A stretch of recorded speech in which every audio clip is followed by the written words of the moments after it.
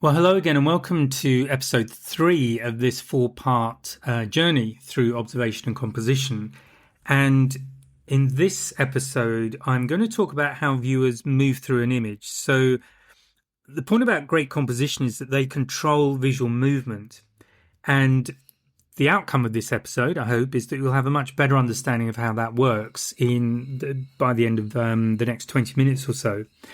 So before I dive in, please remember to like and subscribe. That helps me. You're welcome to buy me a coffee as well if you think I've earned it.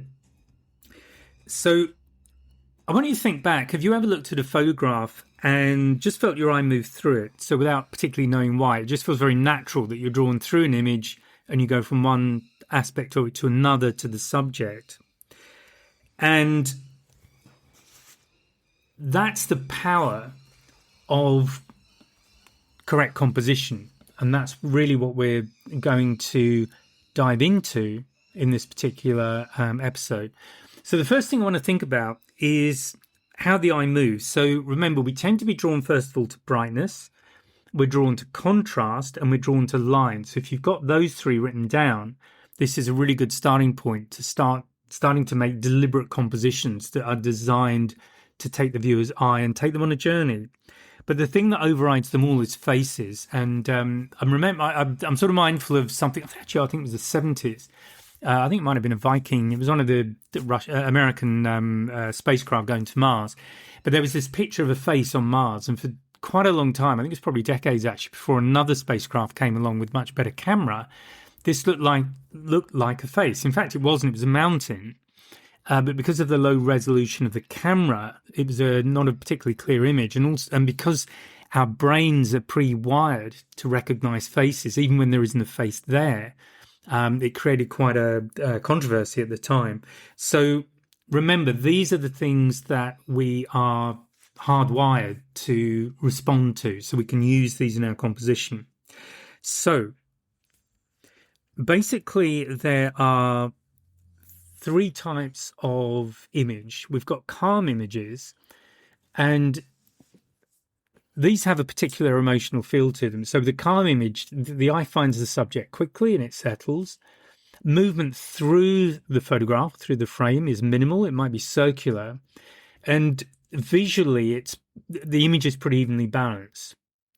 You're likely to have horizontal lines, symmetry, or some sort of strong centering, something that draws you straight to the center of the image. And at the edges, there's very little visual pressure at the edges, so that'll be very neutral.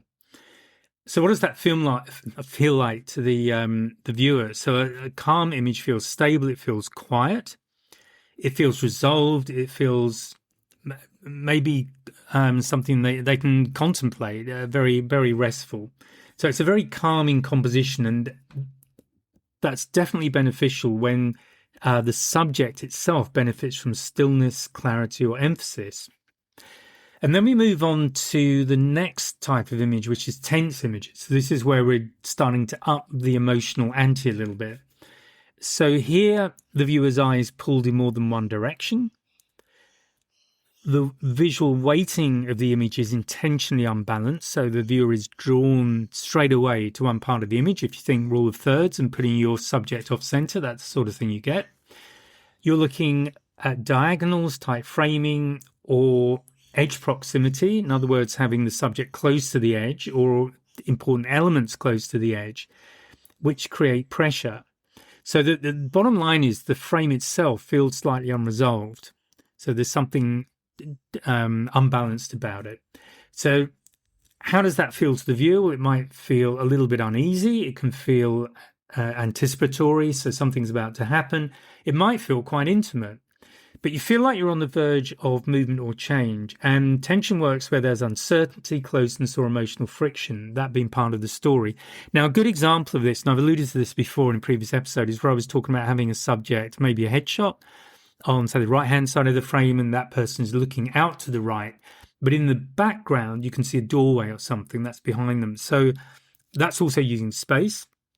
And that fits the tense definition. And part of that is that because you're aware of this other element, the door in this instance, it creates the suggestion nothing more than that, but the suggestion that something may be about to happen through that door, and that potentially is a threat to the subject. So this is a whole story. So remember the visual storyteller thing. This is how these stories work and how we can create them, or at least create the groundwork for the viewer to compose their own story by just looking at the image.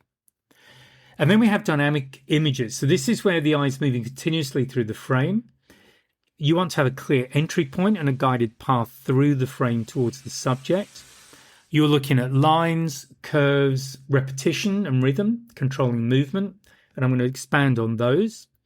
And basically you've got energy, but without confusion. So it's energy, but it's a guided energy. And what that feels like to the viewer is energetic, it's engaging, it's alive, it might be directional. And dynamic compositions suit action. They suit interaction and moments defined by motion.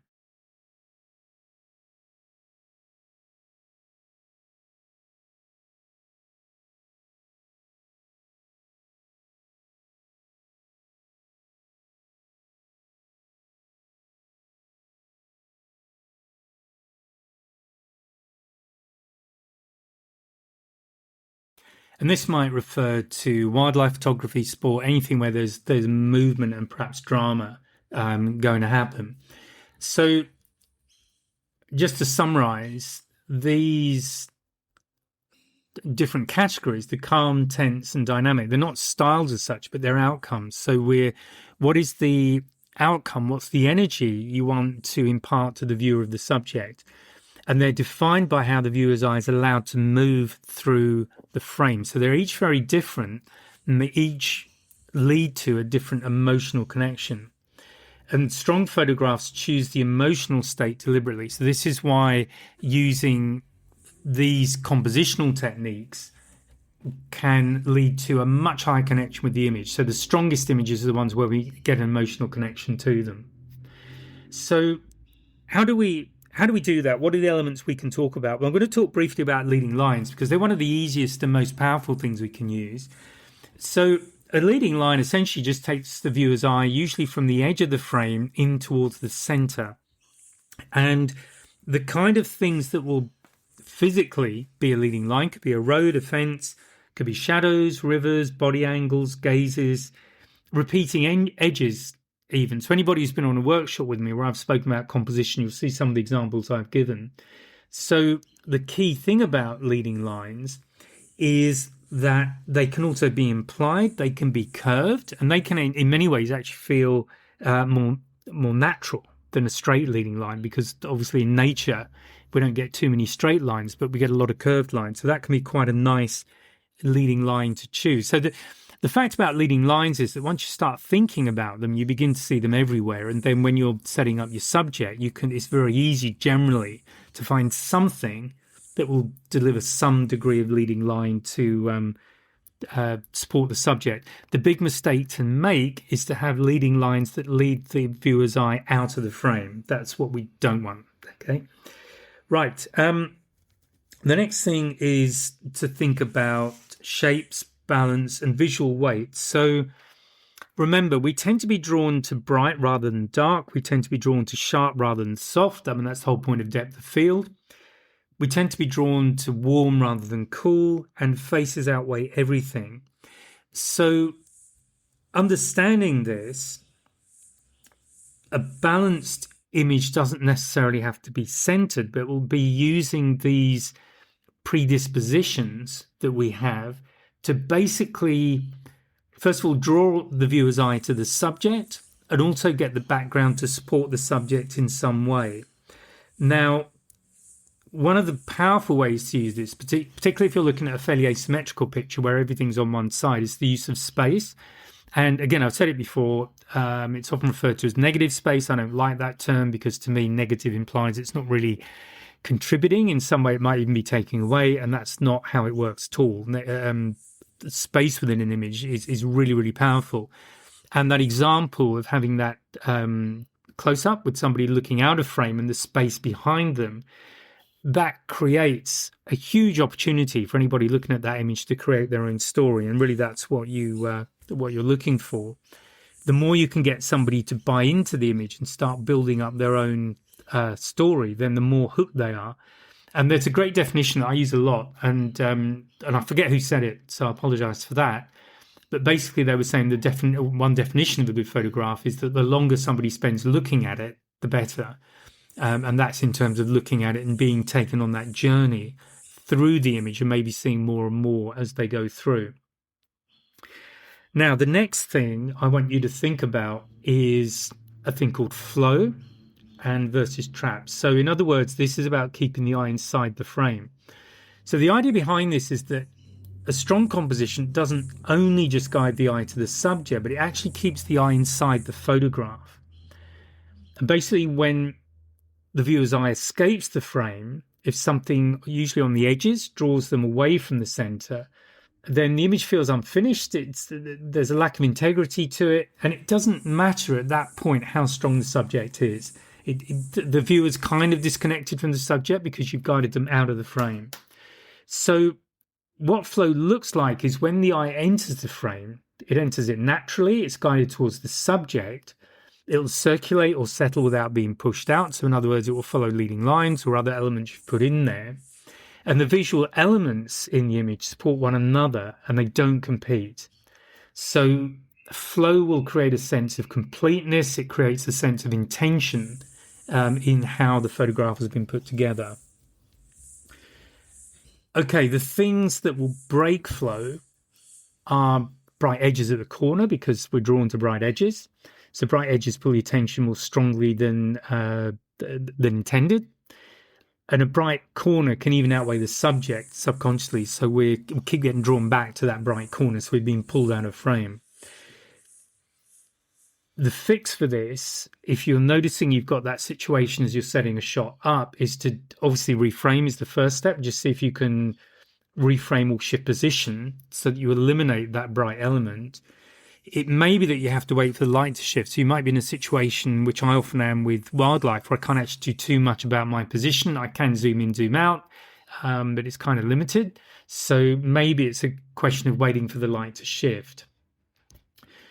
Now, another thing to think about, another thing that will tend to detract from the image are outward pointing diagonals. So strong diagonals create movement, but when they point out of the frame, they're basically drawing the viewer's eye away from the subject and out of the frame. So the common culprits for this are the things that I've mentioned earlier: roads, fences, shadows, body angles. They will often do that. So the important thing is to just be very conscious of it and, if necessary, reposition yourself so that the diagonals lead inward, or even let the diagonals loop back towards the subject. Or you can use a counter element just to keep the eye engaged within the image and not exit. Now, one of the areas where this can happen that I've already spoken about is where the subject is gazing out of the frame, or you've got implied motion there. So viewers will instinctively follow where the subject's looking or moving. And when that is going out of frame, that can become a problem. So there needs to be a counterbalance, something to draw them back again. And it can potentially make the subject feel disconnected from the frame. Where it can work is if you're intentionally suggesting space, if you're suggesting openness or some sort of continuation. In other words, something is happening out of frame, and maybe that's where we're going to next, or at least that's where the subject is going to next. And that's the story. So the exit would support the story. So some suggestions for you, just some practical things to consider before you press the shutter button, are just to look at: where does the eye enter?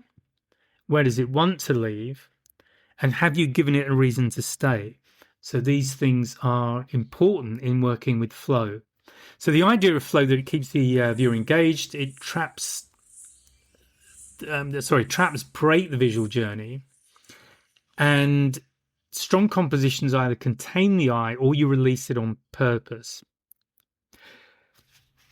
So hopefully this is making sense. Now, the final thing I want to talk about here is rhythm, repetition, and breaks. So rhythm is essentially where you have repeating elements, and they give the eye a path to follow. So these might be shapes, there might be tones, colors, spacing, even gestures. So you might be looking at a row of trees or posts. might be windows, repeating windows or arches, similar body positions or animal shapes, alternating light and shadow. So, for example, the zebra crossing is a good example of repetition. The reason that this is very attractive to viewers is that it actually reduces the cognitive load, so the viewer can understand the scene much more quickly. So repetition smooths eye movement, it establishes a visual order, and it sets the emotional tone. So often that will be calm or steady. Then we put the break in, and the reason that that's important is that without a break, repetition becomes decorative, and the break is what the viewer will remember. So the break will usually be the subject. So the repetition forms the background, it's the supporting elements to the subject, but it's not the purpose of the image, usually. So examples of breaks could be one figure facing in a different direction. So I'm thinking zebras, if they're all lined up facing one way and you've got one facing the other, that gives you a break. One subject might be in light amongst shadow. There might be one color interrupting a neutral pattern. So, in fact, if you watch Schindler's List as a movie, that was a black and white movie, but there were certain elements from time to time that were in color, and they really drew the eye, and they're the things that you tend to remember. So that was a powerful use of that. It could be a gesture where there's stillness. So basically, the thing to remember here is that repetition sets the stage and the break tells the story. So the way to use this intentionally is that strong compositions, it's not just about noticing patterns, but they set up the interruption. And timing can often be the difference between a nice pattern and a photograph. So it's really important to be aware of that. Maybe, again, all of these things, it's always good to practice. Okay, so practical exercise. So trace your eye path. So the purpose of this is to trace the entry, so look at an image, pauses, exits, identify intention versus accidents. So the way to do this is to identify 3 of your own images. Don't analyze them at this time, just look at them and use your finger or a cursor if they're on the screen, or a pencil, and just slowly trace where your eye moves naturally. And the things to observe here are, where does your eye enter the frame? Where does it pause or slow down? And where does it want to exit? So the way to interpret this is if the path feels smooth and contained, and in that instance, composition is likely intentional. If the eye jumps or it stalls, or you very quickly leave the image, you're quickly out to the side, then something is wrong. There's some competing element there that's undermining the image. And the questions here to ask are, did I plan this path or did it happen by accident? So the key point to remember about this is simply that you don't need to diagnose this. Your eye already knows. I mean, this is just what we do naturally. So this is more a question of learning how to listen to your eye, if you can do such a thing, and become more in tune with the way you would naturally look at images. So I hope that's been useful to you. Now, the final part is coming on Friday. And once you understand how the eye moves, the final part of this arc is to use that knowledge deliberately. And we're going to combine all of the elements or aspects of what I've covered already in the next episode to build a photograph from start to finish. So remember, a good composition shows you something. A great one shows you how to look. Speak to you next week. Bye for now. And just before I go, I just want to remind you that I'm running a live workshop on Tuesday, the 26th of February. That's at 6 p.m. It lasts for about an hour. That's 6 p.m. Australian Eastern Standard Time, so that's Sydney time. And I'll be taking you through not only how to create really good compositions, but also what's behind that. How do we view images? So I'll be taking you through all of that. If you can't make the live event, there is a recording, so everybody who registers will get access to the recording. So please join me then. And just before I go, please remember to like and subscribe if you've enjoyed this podcast. Thanks very much. Speak to you soon. Bye-bye.